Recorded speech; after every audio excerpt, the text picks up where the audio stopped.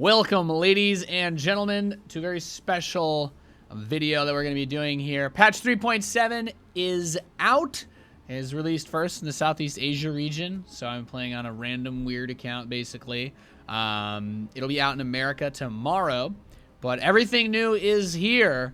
So, briefly going over the features of this patch and the implications of it for StarCraft 2. Most importantly, you guys have already seen my video on Nova. Nova is out. You can now play with her in the StarCraft 2 co-op missions, the commanders. She's pretty based. She's got a lot of awesome units. If you haven't seen my video already about Nova, go check that out, because that has all the information that you're going to need.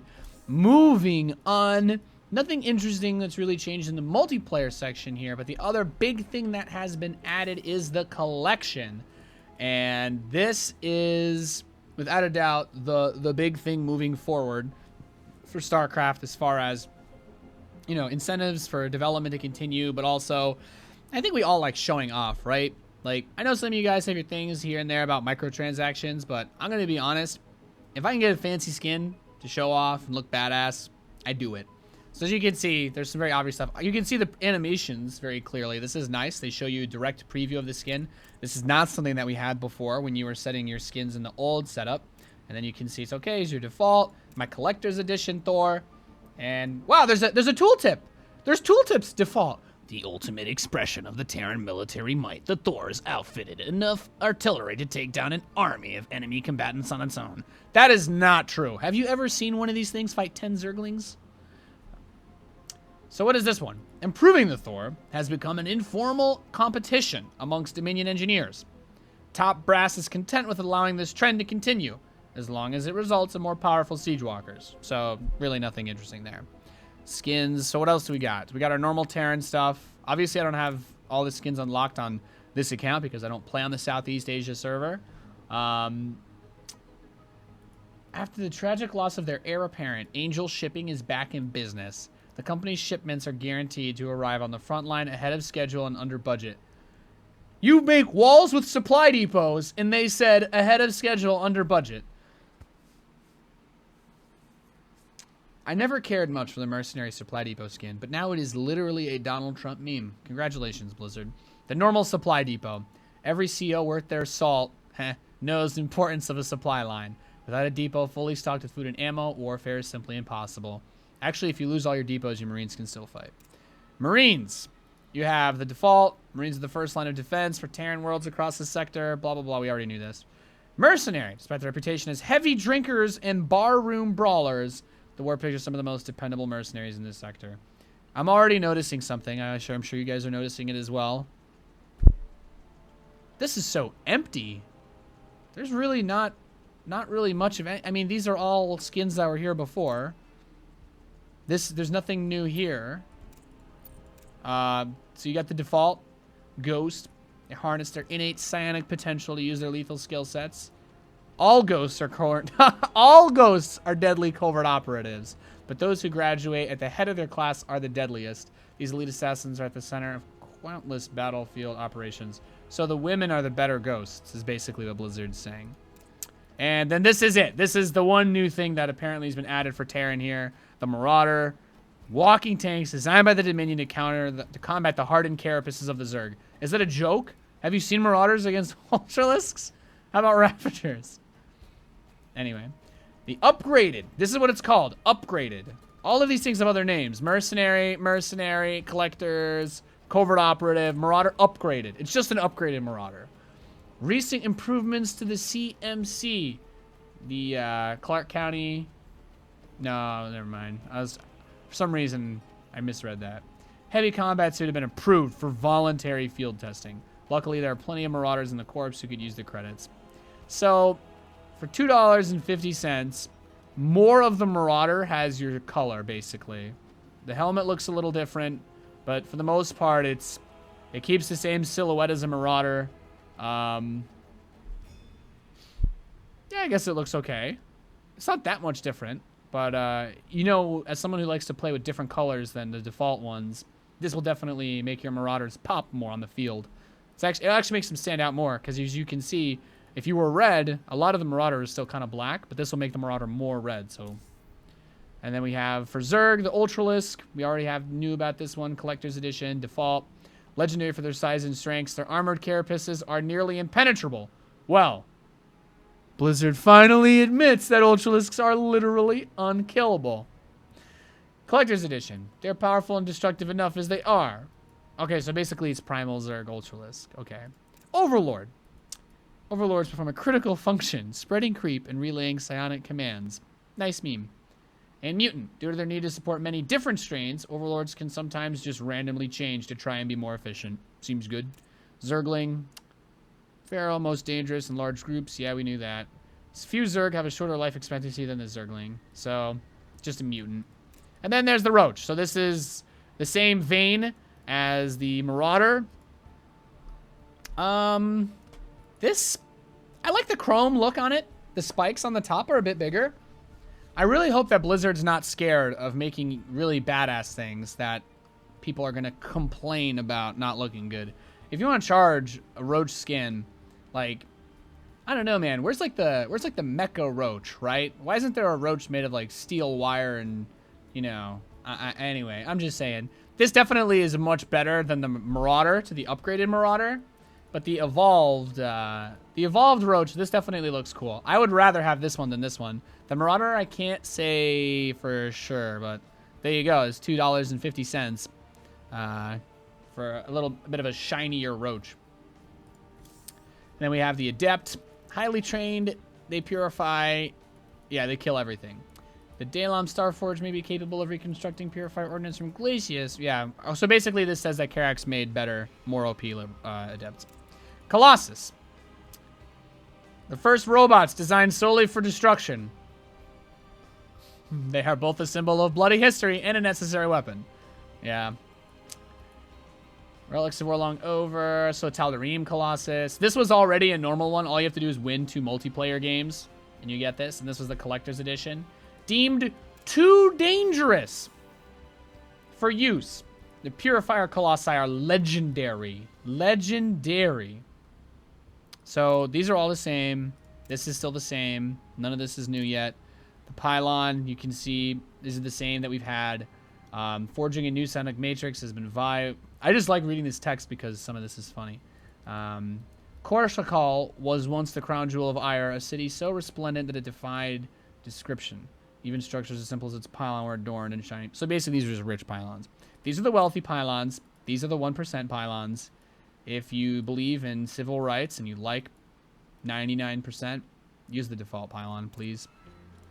I don't know why it gives me an option to equip it when I only have one unlocked. Zealot. Well, this is the same vein. Their signature side blades are formed with their own energy. And then this is just like a Tal'Darim type looking dude. And then here's the Stalker. The upgraded Stalker that you can see. So you have the default.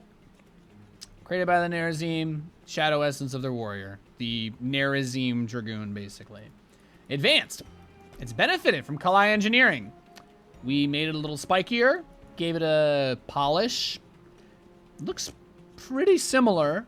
This is like the Marauder in that it shows more of your team color on the bottom, but less on the top. I like the better spikes on the back. You know, it's like the flame decal, right? Just make it spikier, and that's the flame decal. So this seems pretty cool for another $250. Plus, it's totally got the Sailor Moon thing going on the front of it as well. So, I have to say, my initial thoughts, it's so empty. You have all of this space. Just one new skin for each race? I can't say I'm super impressed by the offerings, but at least it's here, right? If it takes Blizzard more than a month to add at least another skin for each race, like if we don't at least getting a new, I don't know, I'd want like at least 2 more skins for each race by the end of the year, or I don't know, it's kind of lackluster. So there's a bunch of other stuff. So let's check this out. Announcers. This was the big thing, the cream of the crop that everybody was talking about. The announcers was the biggest thing that's being added. As far as I know, this is the #1 thing that has been added. So you can see it's $5 per announcer. And there are sound previews. These are your standard announcers. So be like, additional supply depots required. I am so tired of hearing that for the rest of my life. So you've got Abathur. Supply depots insufficient. Overlords superior. Huh. Overlord superior. Nice meme. So Abathur is an announcer. Sounds pretty cool. Must spawn more overlords. This is actually... Pylons required. All right. I think Abathur's going to live up to what everybody wanted it. Sequences spun. Swarm mutated. I think Abathur is definitely already my absolute favorite. Abathur's definitely my favorite by far already. I knew going into this he was going to be badass. All right, so Alarak is here as well. You must first construct additional supply depots. I like that the woman says depot first. First word. You immediately know what she's saying. Spawn more of those bulbous overlords. He just sounds more quiet in this preview menu. Am I wrong? Let me turn the volume up. I would warp in more pylons if I were you. Nice meme. Oh, did you think you could warp there? Did you think you could warp there? So he's insulting. Artanis has been one of the most bland characters personality-wise for me in StarCraft 2. I'm not looking forward to this one as much. You must construct additional supply depots. So they basically turned the pylon joke into a depot joke. Your disgusting brood needs more overlords. Takes a while to get to the point, but I assume there's multiple lines for each scenario. We require additional pylons. Nice. Deploying mules. Love these Terran names. So it looks like based on this, they're adding new voice lines for things that didn't have voice lines. There was previously there's nothing in the game that says mule deployed. So it looks like they're adding a lot of new stuff for this. So I don't know. But we'll see. Kerrigan, do I even want to check this one? This one didn't entice me at all. We're going to need more supply depots. Yeah, they need like a human Kerrigan. Out of supply. Time to spawn overlords. Out of supply to Zerg. That will take additional pylons. But she actually just sounds bland. Nuclear missile ready. That takes me back. Yeah, okay. So I guess if you really like Kerrigan, you might think this is cool. Raynor. We're out of supply. Could use some more depots. Pretty solid probably for most Terran. Spawn more overlords.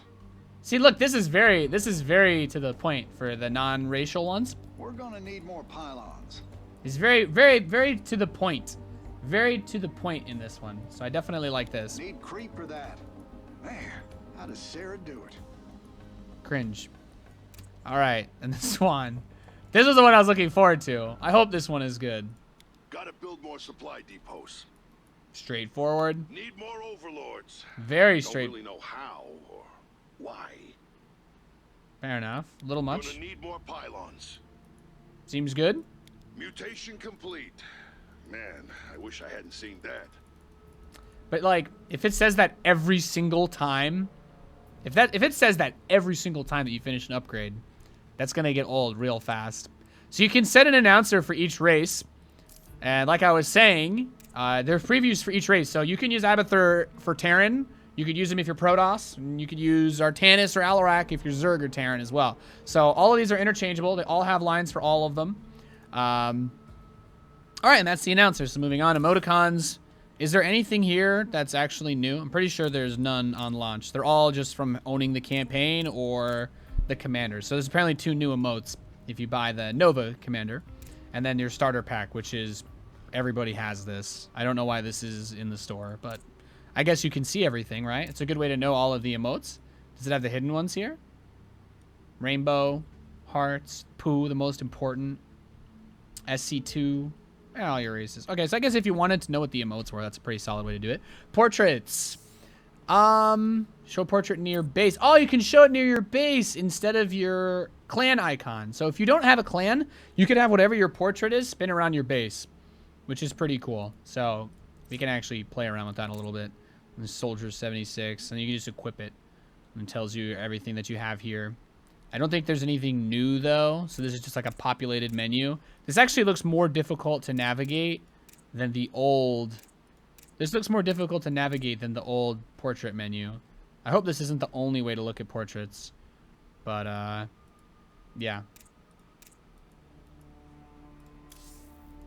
We shall see.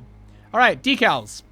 Seems to be pretty much the same thing. You can't actually buy anything. It's just the normal setup for everything. Fair enough. And then animations is just... These are just all the dances that you normally unlock. So really the big thing about this patch for the collection is it's pretty much just announcers. There's really not much else that's been added in this patch for the store stuff. My hope is that they pushed out the store.